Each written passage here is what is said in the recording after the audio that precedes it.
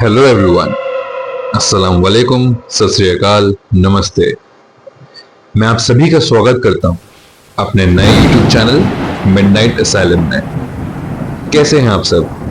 मैं आशा करता हूं आप सभी खुश और मंगलमय होंगे। इस चैनल में हम सत्य घटना पर आधारित कहानियों के बारे में जानेंगे, जो कि खौफनाक और दिल दहलाने वाली भी हो सकती है। आशा करता हूं आप सभी को पसंद आएगी और आगे भी ऐसी रोमांचक और दिल दहलाने वाली कहानियों के बाद से रूबरू होने के लिए आपसे अनुरोध है कि प्लीज मेरे चैनल को सब्सक्राइब करिए और सब्सक्राइब करने के लिए नीचे दिए गए सब्सक्राइब बटन को क्लिक करें और बेल नोटिफिकेशन ऑन करना ना भूलें। हम आपको आज फिर एक सच्ची घटना से रूबरू कराते हैं। शक्ति कोठी। पुणे शहर के बाहरी इलाके में शक्ति कोठी नामक एक पुरानी हवेली थी। यह हवेली एक समय के एक समृद्ध व्यापारी श्री कपूर का घर हुआ करता था।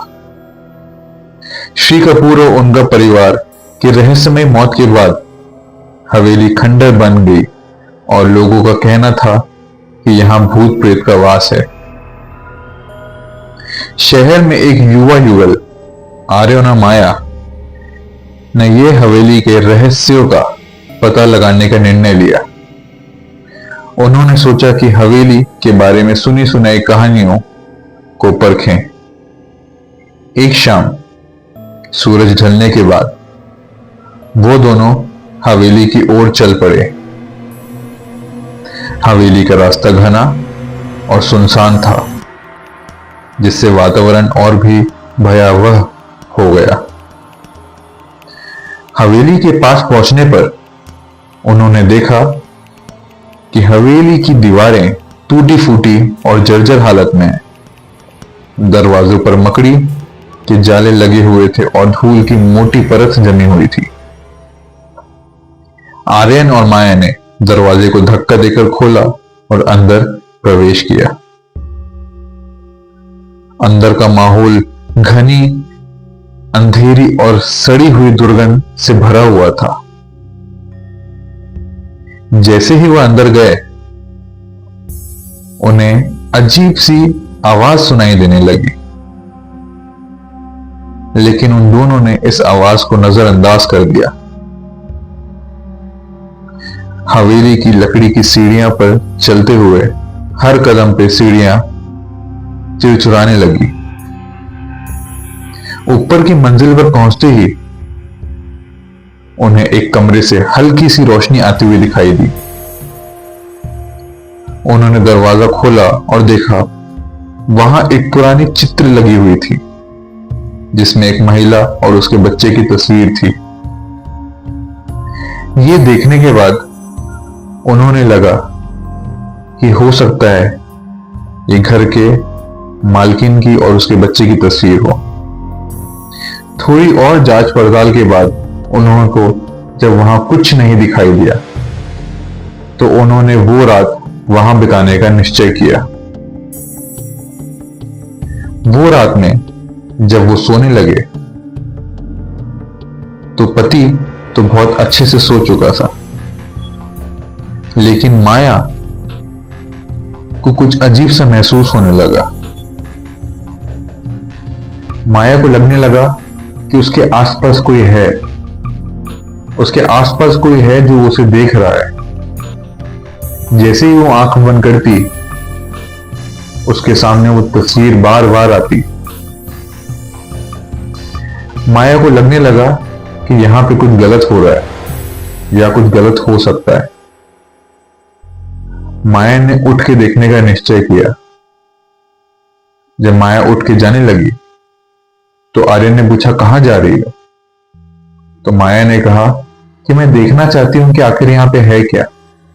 आर्यन ने मना कर दिया और अपने साथ सोने बुला लिया। जैसे ही माया वापस सोने लगी, उसके कानों में आवाज सुनाई दी, माया, माया, माया। माया डर के उठ चुकी थी और उसे विश्वास हो गया था कि यहां जरूर कुछ है। उसने आर्यन को उठाया। आर्यन ने उठ के कहा कि तुमने कोई सपना देखा है, यहां पे कुछ नहीं है। और जैसे ही आर्यन ये बोल रहा था, वहां पे एक बच्चे और चीखने की आवाज सुनाई आई। वो चीख एक बच्चे की थी। दोनों घबरा के उठ चुके थे। उन्होंने हर कोने में देखा, पर वहां पे उन्हें कोई ना दिखाई दिया। तो उन्होंने ये फिर निश्चय किया कि हमें वापस उस कमरे में जाना चाहिए जहां पे हमने वो चित्र देखा था। जैसे ही वो उस कमरे में पहुंचे और देखा कि वो चित्र कुछ अलग सी हो चुकी थी। अचानक उस चित्र से सफेद छाया निकली और हवा में तैरती हुई उनके सामने प्रकट हो गई। वह महिला की आत्मा थी जो बहुत ही विकृत और भयानक दिख रही थी। उससे आर्यन और माया को देखा और अपनी नुकीली आवाज से कहा, तुम्हें यहां नहीं आना चाहिए था। अब तुम्हें भी मेरी पीड़ा सहनी होगी।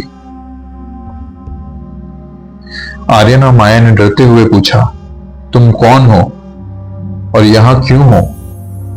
महिला की आत्मा ने कहा कि मैं आज अपनी कहानी सुनाती हूं। मेरा नाम प्रिया था और मैं इस हवेली की मालकिन थी।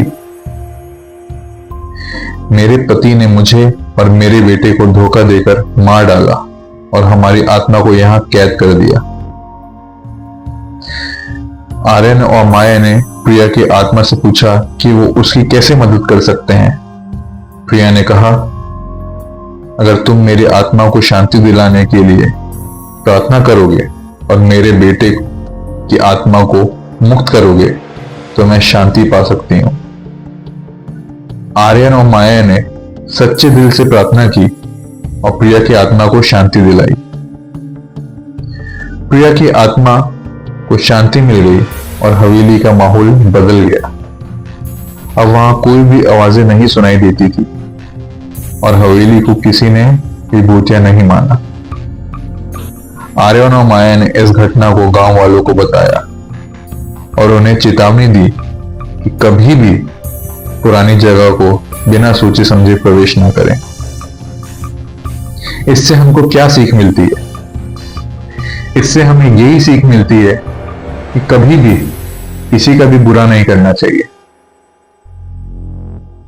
और ऐसी शक्तियों से कभी नहीं खेलना चाहिए। आर्यन और माया ने ये करने का दुस्साहस तो किया, पर उनकी दुस्साहस उनके काम आया और किसी आत्मा को उन्होंने मुक्त करा पाया। लेकिन जरूरी नहीं ये सबके साथ हो। ये करना आपको कभी ना कभी बहुत भारी जरूर पड़ सकता है। तो इसी के साथ मैं आपसे अलविदा लेता हूं और आपसे रिक्वेस्ट करूंगा कि प्लीज मेरे चैनल को सब्सक्राइब करें और अपने सजेशन जरूर दें ताकि आगे मैं इससे और भी बेहतर कर सकूं। धन्यवाद।